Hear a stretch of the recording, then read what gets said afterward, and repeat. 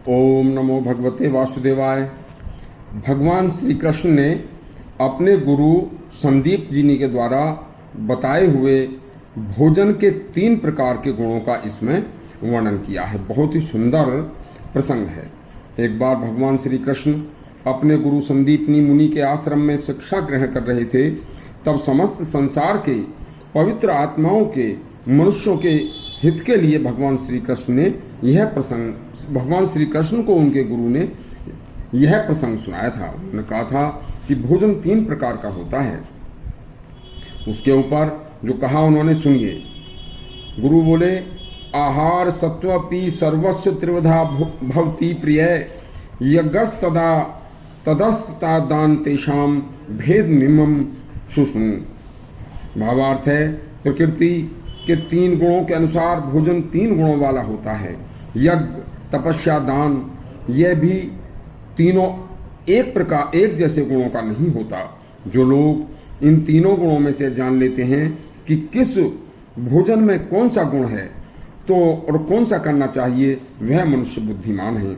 और जो मनुष्य यज्ञ, तपस्या, दान के भोजन में भी अंतर नहीं जानते, वह अज्ञानी हैं। अब तुम्हें तीनों भोजनों के गुणों के अंतर बताते हैं, सुनिए। पहला, सतगुणी भोजन कैसा होता है। उन्होंने कहा कि आयु सत बलारोग्य सुप्रीत विवर्धना रस्या स्नग्धा स्थिरा हृदय आहारा सात्विक प्रिय।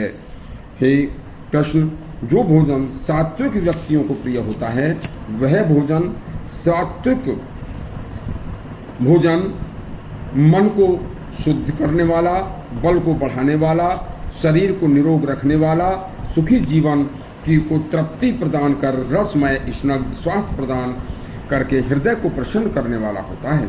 इसलिए मनुष्य को जीवन भर यह सोचकर भोजन करना चाहिए कि हमें कौन सा भोजन करना चाहिए जो सात्विक ही हो। आगे कहते हैं, दूसरा भोजन रजोगुणी होता है। वह है कट वम्ल लवणायुक्त तीक्ष्ण वृक्ष विदाहिना आहार राजस्येष्टा दुख शोकामय प्रदा।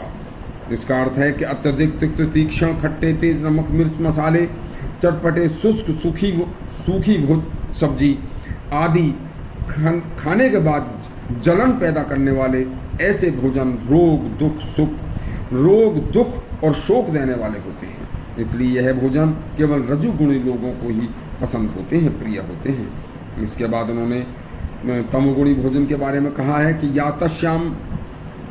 यातश्यामम गतम रसम पुत्री प्रयासितस्य चत यत उच्चिष्टयमपि चामेश्यम भोजनम तामस प्रियम।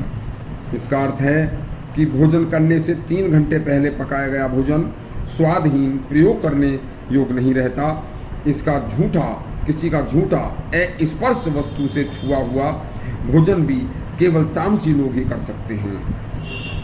भोजन का कार्य आयु को बढ़ाने वाला, मन मस्तिष्क को शुद्ध रखने वाला, शरीर को निरोगी रखकर बल प्रदान करने वाला होना चाहिए। प्राचीन काल में विद्वान पुरुष ऐसा भोजन चुनते थे कि जो स्वास्थ्य आयु को बढ़ाने वाला हो, जैसे दूध, खांड, चावल, मौसम के फल, गेहूं और मौसम की सब्जियां। ये सतगुणी भोजन लोगों का भोजन था। इन चीज़ों में अन्य प्रकार के अन्न मिला करके भी यह सात्विक ही रहता था। इसका स्वभाव शुद्ध होता है। अति तीक्ष्ण, गर्म, चटपटे जो भोजन होते हैं वह केवल रजोगुणी लोगों को ही पसंद प्रिय होते हैं। लेकिन मांस, मदिरा, पशुवध से प्राप्त चर्बी और कई घंटे पहले से पकाए हुए भोजन तमोगुणी लोगों को ही पसंद होते हैं, प्रिय होते हैं। वह भगवान का प्रसाद के योग्य नहीं होते। तामसी लोगों को उनकी दुर्गंध भी अच्छी लगती है और ऐसे मनुष्य उस दुर्गंध की तरफ आकर्षित होते चले जाते हैं। उनका यह भोजन गुरु भगवान को अर्पित करने योग्य नहीं होता। शास्त्र कहते हैं कि भोजन को शास्त्रोक्त तरीके से बनाया जाए, चाहे वह 3 घंटे पहले ही क्यों न हो। वह भोजन भी दिव्य ही होता है। इससे पहले भगवान को अर्पण करके बाद में भोजन ग्रहण करना चाहिए। यदि आपको भोजन के ऊपर बनाया हुआ प्रसंग हमारा अच्छा लगा हो तो हमारा चैनल सब्सक्राइब करें और घंटी दबाएं। धन्यवाद।